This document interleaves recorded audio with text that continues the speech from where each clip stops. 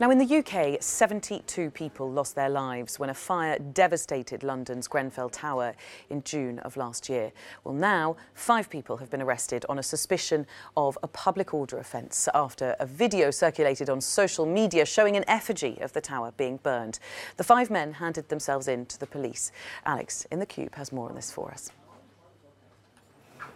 Well, we won't be showing you the video because it is deeply, deeply offensive. We'll just show you one still image from it, and it shows a group holding a model of the Grenfell Tower block in West London. They have models of people in the windows, people hanging from the top. They're laughing about this incident. They then set fire to this effigy, clearly labelled Grenfell Tower on the top. And this, harking back to a night in which more than 70 people, innocent people, ordinary people in their homes were burned alive.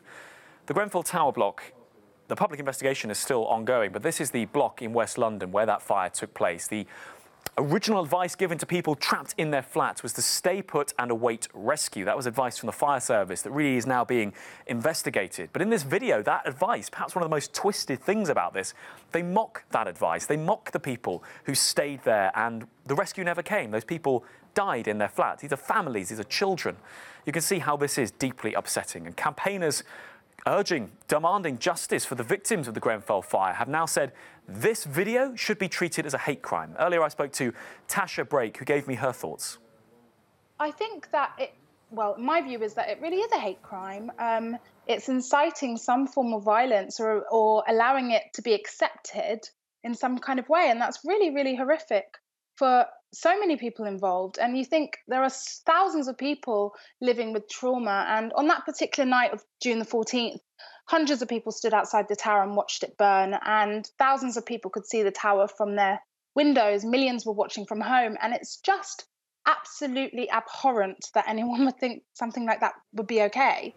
The UK Prime Minister, this has gone right the way to the top of government, has tweeted to say to disrespect those who lost their lives at Grenfell Tower, as well as their families and loved ones, is utterly unacceptable. The Home Secretary going further in his language, calling it disgusting. Other politicians on both sides of the political divide in the UK calling it shocking, abhorrent, disgusting. You can see just how offensive this video is. But as I say, the police investigations are ongoing, but calls for this video to be treated as a hate crime, well, they're certainly present among campaigners.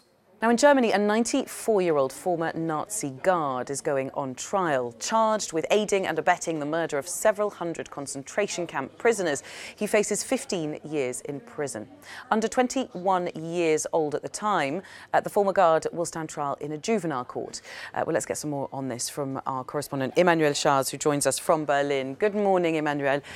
What more can you tell us about this former guard?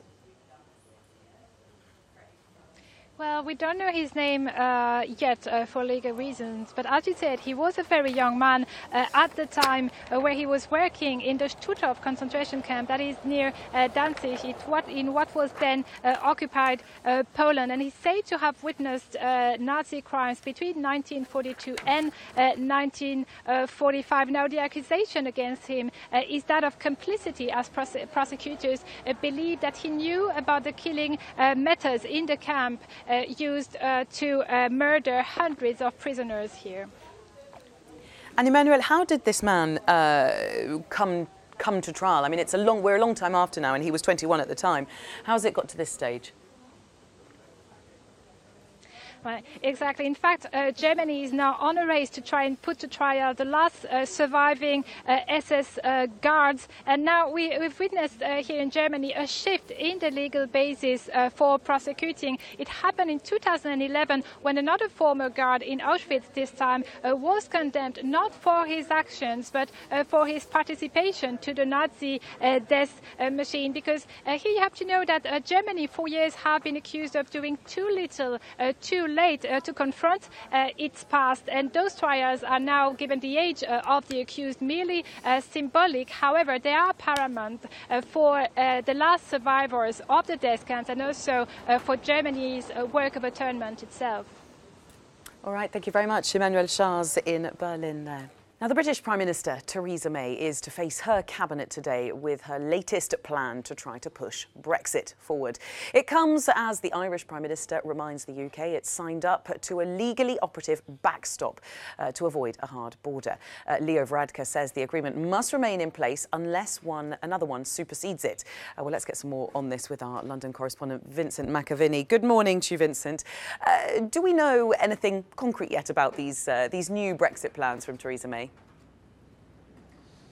Good morning, Belle. Well, we're in a bit of a funny limbo at the moment. It seems to be quite quiet on the progress of how these negotiations are going. We know that it's technical negotiations still, no face-to-face meetings between the Brexit Secretary Dominic Raab and Michel Barnier. But you might be able to tell from what I'm wearing that winter is definitely coming here, to quote Game of Thrones. And that means the clock is ticking for the Prime Minister, because her spokesperson has been saying to us for weeks that a deal will be done by the autumn, that they are confident that one will be done. But we keep asking him, well, when does autumn finish? When is that? When is this deadline?